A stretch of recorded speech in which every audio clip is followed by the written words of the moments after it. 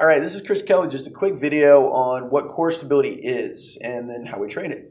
So the first thing that I want you to think about with the core is pressure. Okay, when I take a deep breath in, I'm taking air into my core, providing pressure. Okay, and this exchange of air in and out is what largely produces what we think of as core stabilization. All right, so when we think of the core, I want you to think of a balloon, right? So if I blow up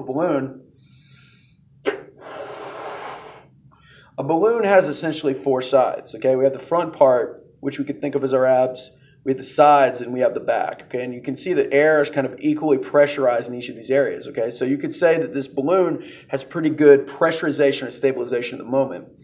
But if I'm in a certain breathing pattern where I'm getting more air into my chest, for example, which often happens when we're stressed out, I'm doing that motion.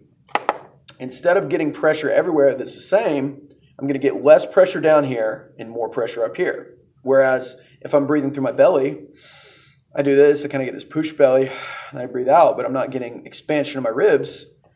Okay, we get this, where, again, I have pressure, more pressure at the top of the bottom, but less pressure on the outside. So in order to have efficient core stabilization, the first thing that we have to have is an efficient pump, where everything moves so the ribs expand, the diaphragm moves up and down, and so then before we ever worry about strengthening, we worry about breathing. So I'm holding in my my plank positions, my dead bugs, my things like this. I want to make sure that I'm taking a deep breath in, filling everything up, and then exhaling. I'm getting good motion kind of everywhere, so we fill things up and we produce pressure.